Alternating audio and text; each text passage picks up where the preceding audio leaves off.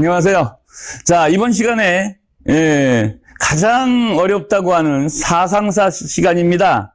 조선을 통치했던 기본 이념이 있는 성리학과 조선 후기에 양난을 거친 이후에 위기를 극복하고자 나오는 제야사상인 실학사상에 대해서 비교 분석을 한번 해보도록 하겠습니다. 자, 가시죠. 성리학이란 도대체 무엇일까요? 자, 조금 사전적 의미라 문장이 길습니다만 중국 남송 때 집대성한 유학의 한 갈래죠. 훈고학과 불교 사상 중에서 선종 사상이 결합된 철학적인 유학이 바로 성리학이 아니겠습니까? 주돈이, 정호, 정의 등에서 비롯되었고 주희가 집대성한 유학의 한 파다 그랬습니다. 이 주희 이분을 성인의 반열에 올려서 주자라고 하죠. 그래서 성리학을 다른 말로 주자학이라고 표현하기도 하는 것입니다. 핵심 사상은 이기설과 심성론입니다. 이기설은 조금 이따 말씀드릴 거고요. 심성론이라는 거는 착하게 태어났냐 악하게 태어났냐. 그러면 성선설에서는 착하게 태어났다. 그러면 그 착하고 깨끗한 마음을 가지고 태어난 것을 때를 안 묻히고 어떻게 수양을 해서 죽을 때까지 유지를 해야 되겠느냐 하는 것을 심성론이라고 하는 거죠. 사람의 심성 그러면 착하다. 아니야, 그놈 악해. 이렇게 표현할 수 있는 거죠. 경물치지 역시 뒤에 나옵니다. 경물치지를 중시하는 실천도덕. 요게 중요한 말인데 실천도덕이에요. 도덕성을 제대로 실천해야 된다. 알고만 있으면 안 된다. 실천도덕을 완성하는 게 성리학의 근본 사상이거든요. 그럼 도덕을 완성한다. 그 다음에 인격과 학문의 성취. 인격과 학문을 성취해야 된다. 물질문화가 관계 있습니까? 정신문화가 관계 있습니까? 정신문화가 관계 있죠? 그럼 물질적으로 뒤떨어지면 그거는 산 것이 할 것이다. 우리 지배층 양반은 정신문화만 끌고 가면 돼. 정신문화를 깨끗하게 하면 돼. 배고파도 깨끗한 심성과 깨끗한 학문의 완성, 그거면 되는 거야. 그거 좋다 이거예요. 그거 좋은데, 문제는 배고파서 굶어 죽거나, 외적이 쳐들어와서 맞아 죽으면 생존이 안 되잖아. 이게 약점이죠. 그래서 여기를 잘 보셔야 돼. 실천 도덕과 인격과 학문의 성취를 역설한 학문이 바로, 성리학이다. 그 말씀이죠. 물질문화적으로 좀 약해요. 우리나라에는 고려 말기에 들어와서 조선의 통치 이념이 되었고 길제, 정도전, 권근, 김종직, 이황 이렇게 조선 성리학으로 체계화되었다. 나중에 명나라 망하고는 세계에서 성리학의 주인은 우리 조선이 됐죠. 명나라 멸망하고는. 자, 성리학을 완전히 신앙화해서 만든 나라가 조선인데 그렇다면 다른 뜻은 어떤지 한번 보도록 하겠습니다.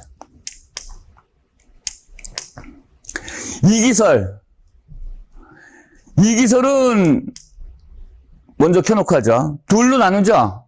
하나는 여기 리, 또 하나는 기. 세상의 모든 것은 리와 기로 되어 있다라고 설명을 하죠. 근데 이제 왜 이기설이냐? 한글로 쓰면 두음법칙의 적용을 받기 때문에 이로 변하죠. 그래서 이기설 할 때 이가 리고 북한에서는 두음법칙이 없으니까 리기설 그럽니다. 리기설. 자, 이걸 하나하나 떼서 리는 원리를 뜻해요. 무슨 뜻이냐면요. 제가 이렇게 걸어갔습니다. 그러면 걸어가는 현상이 보이죠? 걸어가는 현상이 여러분들 보셨죠? 그 눈에 보이는 현상을 기라고 부릅니다. 기. 현상, 눈에 보이는 물질, 이런 것들을 기라고 불러요. 그러면 제가 이렇게 걸어가는 현상이 나타날 때 그 원리가 작동을 하겠죠? 근데 그 원리는 눈에 보여요, 안 보여요? 안 보이죠? 눈에 안 보이는 현상이 나타나기 위한 원리. 그것이 뭐냐? 그것이 리입니다. 따라서 눈에 안 보이는 원리이기 때문에 도덕, 윤리, 명분 이런 것들을 중요시 여기겠죠.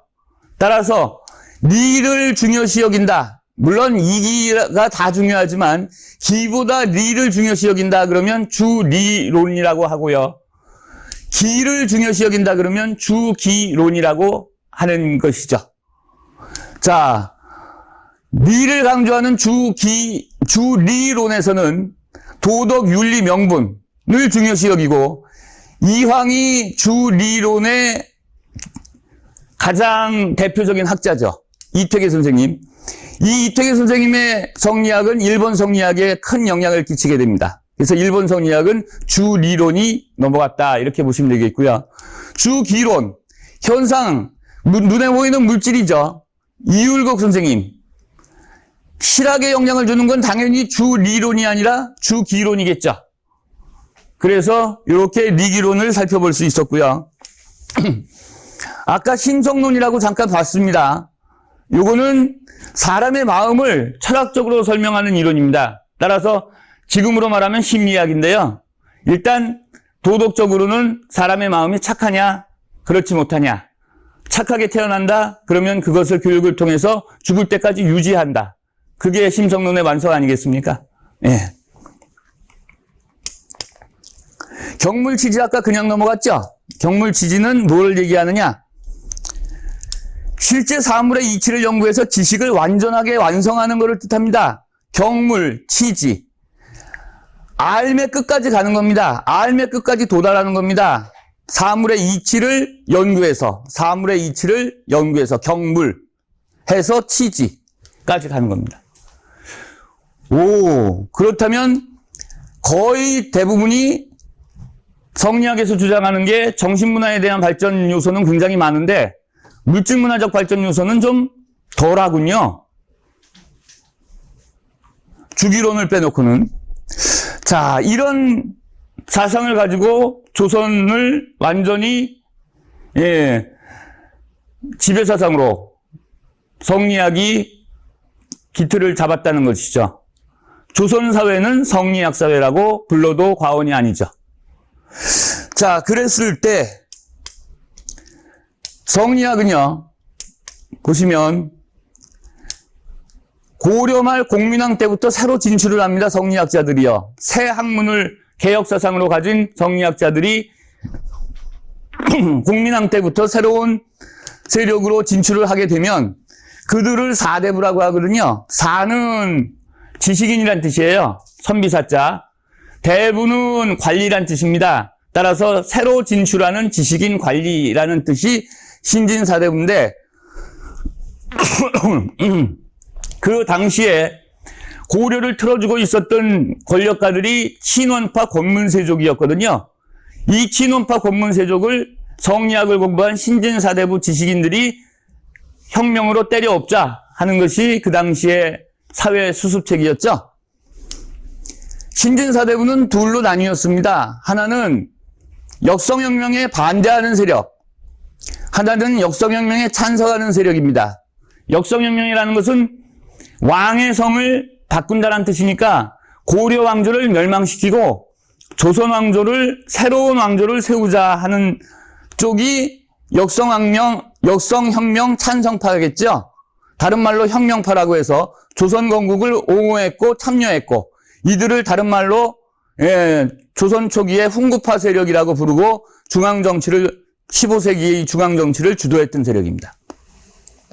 그런데 고려의 마지막 충신을 강조한 사람들이 있죠. 정몽주를 비롯해서 고려의 마지막 충신이며 우리가 개혁하려고 하는 것은 고려 왕조를 위함이지 고려에 반대를 하면서 새로운 왕조를 창건하려는 반란 세력이 아니다.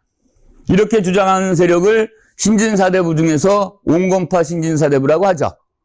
그런데 위화도 회군이라는 쿠데타에 의해서 역성혁명은 성공을 해서 왕씨 왕조에서 이씨 왕조로 바뀌었습니다. 고려에서 조선으로 바뀐 이후에 온건파 신진사대부들은 고려 왕조에 대한 마지막 의리를 지키는 것을 정치적 명분으로 삼았던 것입니다. 아까 성리학자들은, 성리학을 공부한 사람들은 성리학에 있는 명분론을 중시하기 때문입니다. 그래서 다수파가 새 왕조의 과거에 응시를 안 하는 거예요. 공부는 탁월하게 하는데 세왕조의 과거에 응시한다는 것은 고려의 충신이 배신을 하고 조선에 붙는다 이런 뜻으로 받아들였기 때문에 공부는 하되 즉 사는 되되 과거에 응시를 안 하니까 조선의 대부가 되지 않는다 이런 뜻으로 낙향을 합니다. 고향 땅으로. 낙향을 하면 먹고 살 거는 있는 중소지주층이었기 때문에 이들은 시간이 남아돌기 때문에 학문을 정진하게 되고요. 후진을 양성하게 됩니다. 그래서 15세기 100년 내내 지방에서 학문 연구와 후진 양성으로 세월을 보냈기 때문에 15세기 후반부터 조선왕조를 인정하기 시작하고 중앙정계에 진출하기 하려고 과거에 응시를 하기 시작해요. 이 사람들이. 왜? 100년이면 한 3대 갔잖아요. 고려왕조의 의리를 지키고 조선왕조를 인정하지 않겠다라고 주장하신 분은 우리 할아버지예요. 우리 할아버지가 그러셔가지고 애꿎은 아버지도 벼슬 못하시고요. 조선왕조는 튼튼하게 발전을 하는데 15세기에 손자인 저도 조선왕조의 과거를 못 보는 거예요. 할아버지의 유언 때문에. 고려의 의리를 지켜라. 살금살금 보기 시작하는 사람이 생겨요? 안 생겨요? 생기겠죠? 그래서 드디어 15세기 말부터는 과거만 실시했다 그러면 엄청난 숫자의 사림 세력이 중앙정계의 관료로 등장을 하기 시작을 합니다. 쪽수로 밀어붙이는 것이죠. 중앙 세력인 홍구파는 그거를 때려잡으려고 사화를 일으켜서 사림 세력을 혼내줍니다. 4번이나 4대 사화라고 하는 것이죠. 그러나 숫자적인 열세를 극복하지 못하고 홍구 세력은 자연도태를 하고요. 16세기에 사림파가 중앙정계를 장악을 하게 됩니다. 그러면서 정치적 견해에 의해서 붕당으로 갈라지는 게 16세기 후반부부터 시작되는 사림 정권의 붕당 정치가 되는 것입니다. 사림은 중앙정계를 장악한 이후에도 계속적으로 지방을 장악하고 있었고요. 성종 때 15세기 말부터 중앙정계에 진출을 하고 이들은 중앙을 더욱 튼튼하게 지키기 위해서 지방에 자기 고향 땅에 서원을 세우고 또 자치규약인 향약을 마련함으로써 지방의 계속 세력을 확대해서 명실공히 중앙정계도 장악을 하고 지방도 완전히 장악을 하는 사림시대를 16세기 중반 이후부터 창설을 하게 되는 것입니다. 따라서 조선사회를 공부하시다 보면 15세기 훈구파가 정치를 할 때의 훈구파 현실정치, 성리학자이지만 성리학만을 고집한 게 아니라 타 사상을 수용해서 현실정치를 한 게 15세기 훈구파의 정치고요. 사림파의 정치는 오로지 성리학만을 신봉하고 공부하고 수련하고 성리학적으로 정치하고 이렇게 완전한 성리학 사회를 만드는 것이 바로 성리학자 사림파, 성리학자 중에 훈구파를 제외한 사림파의 정치적 목표였죠. 자, 여러분. 이 전통이 얼마나 강하냐 하면요. 여러분 자녀 키우실 때 뭐 잘하라고 그러셨습니까? 공부 잘하라고. 밭에 나오면 얼려 들어가. 너는 맏아들이니까 공부해야 돼요. 얼려 들어가. 공부 잘하면 모든 죄가 씻어집니다. 잘못한 거는 실수로 인정이 되고요. 용서가 돼요. 뭔가 집안일이 서툴다. 아유, 공부하는 애가 어딜 부엌에 두라. 공부만 잘해. 공부만 잘하고 착하게 성장해. 성리학적 인재 양성의 목표입니다. 이 조선시대의 전통이 현대에 끊어졌느냐? 아니거든요. 우리 사회에 그대로 있었습니다. 그러니까 이제 남녀 평등이니 요즘에는 특이한 재주가 있으면 그거를 살려라. 특이한 재주가 없는 학생이니까 할 수 없다. 공부나 해라. 이런 시절이 왔지. 그 이전엔 어때요? 공부 잘하고 모범생, 소위 말해서 범생 키우기에 우리는 경쟁을 했지 않습니까? 그게 성리학, 그 중에서도 사림 문화였던 것입니다. 이것이 몇백 년 흐르다가, 한 500년 흐르다가 갑자기 바뀌니 헷갈릴 수밖에요.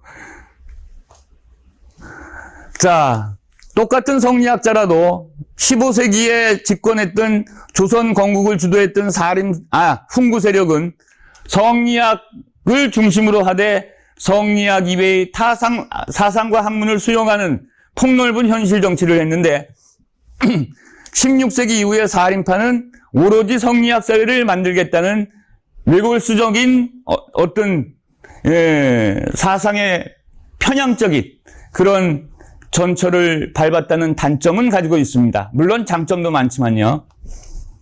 자, 그러면 훈구와 사림이 대조가 됐고요. 사림만을 보겠습니다. 사림의 시조는 정몽주, 잘 아시죠? 고려 말의 신진사대부 중에 우두머리. 길재, 김숙자, 김종직. 김종직은 이제 15세기 사람이고요. 그 밑에 정여창, 김갱필, 김일손, 그리고 조광조. 최초로 16세기 전반기에 사림 정권을 창출한 사림 정권의 최초의 우두머리입니다. 이연적, 서경덕, 김한국. 이연적은 이택의 선생의 스승으로 잘 알려져 있죠.